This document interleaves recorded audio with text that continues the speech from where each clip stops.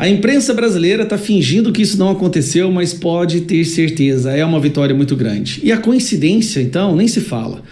Ontem, o ministro do STF, Gilmar Mendes, deu uma entrevista falando que a imprensa mundial, a maioria da imprensa mundial estava a favor do STF e via que o STF era o grande guardião da Constituição e que graças ao STF brasileiro, a democracia foi salva. Disse isso numa entrevista para a CNN ontem. Na mesma entrevista que ele falou que vai proteger o Moraes de tudo que é impeachment que vier para cima dele. Pois bem, você conhece essa revista aqui, esse jornal, na verdade? The New York Times. The New York Times é nos Estados Unidos um dos maiores veículos de jornalismo, tá? Da imprensa, principalmente imprensa impressa, né? E é de esquerda escandalosa. É pior que Folha de São Paulo e Estadão. Vocês não fazem ideia. Isso aqui é um grupo esquerdista fanático nos Estados Unidos. Mas é muito lido, alcança milhões de pessoas. E olha a matéria que saiu hoje no The New York Times. The New York Times põe STF nos holofotes do mundo e coloca em dúvida a atuação do judiciário brasileiro. Basicamente, o The New York Times fala, né, entre linhas, que o STF brasileiro é um risco à democracia. Não, presta atenção, vou ter que falar isso de novo.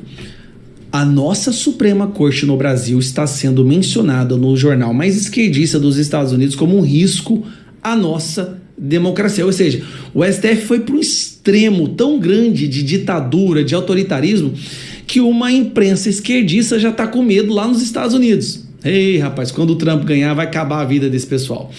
O jornal americano chama Alexandre de Moraes de inimigo brasileiro de Elon Musk e questiona se ele está salvando a democracia ou a pericando, né? Colocando em perigo. O jornal americano The New York Times, em matéria publicada nesta quarta-feira, afirma que o Supremo Tribunal Federal, a mais alta corte do Brasil, infelizmente, né, expandiu seus poderes sob a justificativa de proteger a democracia. No entanto, o artigo levanta questionamento sobre se o tribunal, ao invés disso, estaria se tornando uma ameaça à própria democracia. O veículo sustenta repetidamente que os excessos cometidos pelo judiciário brasileiro, sem exceção, foram justificados pelo próprio tribunal sob a alegação de que tudo era para proteger as instituições brasileiras e de supostos ataques, muitos deles realizados online. Por causa disso, conforme o jornal, nos últimos 5 anos, a Suprema Corte do país expandiu seu poder para realizar uma campanha em larga escala. O periódico afirma que, para alguns, essa ofensiva ajudou a resgatar a democracia no Brasil, mas para muitos outros ela transformou o tribunal em uma ameaça à própria democracia. Olha que legal esse trecho, hein? O texto menciona que a escalada judicial resultou em uma série de investigações lideradas por um único juiz, o ministro Alexandre de Moraes, e que é incomum em uma democracia onde prevalece o Estado Democrático de Direito. Trecho da reportagem do New York Times. O juiz Moraes também assumiu novos poderes para ordenar a invasão de domicílios de pessoas que simplesmente criticaram o tribunal online, forçar organizações de notícias a retirar artigos e instruir agentes fiscais a acessarem investigações sobre outro juiz e até mesmo sobre sua esposa, diz um trecho da publicação. O tribunal também o nomeou como espécie de xerife da internet brasileira.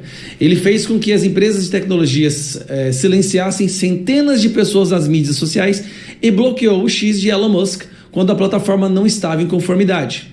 Agora, 2 anos após o tumulto da última eleição e 5 anos desde que o tribunal concedeu a si próprio esses novos poderes, ele se mostra relutante em abrir mão deles.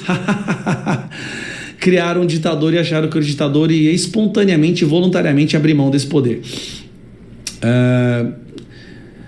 Destaca a matéria, reforçando que o Supremo adquiriu superpoderes e que têm sido usados regularmente contra os próprios cidadãos brasileiros. Em entrevista especial para tratar do assunto, Tom Ginsburg, professor de Direito Constitucional comparado da Universidade de Chicago, que monitora tribunais em diversos países, avaliou que, com seus novos poderes, a Suprema Corte do Brasil se tornou um dos tribunais mais poderosos do mundo. Onde um tribunal é super poderoso, pode ter certeza que a população não tem poder nenhum. Ginsburg alerta para os perigos que o judiciário brasileiro pode representar tanto para o Brasil quanto para o mundo, uma vez que, segundo ele, muitos veem isso como um verdadeiro excesso e que está tendo um efeito assustador no discurso público no Brasil, ou seja, o Brasil está passando uma vergonha. Em uma democracia é necessário criticar todas as instituições governamentais, prosseguiu Ginsburg. E aí está o Moraes e o capataz dele, que é o Gonê, o novo PGR, que faz tudo que o Moraes manda. Foi colocado ali só para carimbar. O The New York Times diz ter consultado 4 altos funcionários da Procuradoria-Geral do Brasil que descrevem as ações do tribunal como uma ampla captura de poder, apontaram a falta... altos funcionários da PGR do Brasil, que descrevem as ações do tribunal como uma ampla captura de poder, apontaram a falta de responsabilidade do tribunal e reclamaram que suas investigações se arrastam por anos sem resolução. Aqui é o inquérito das fake news.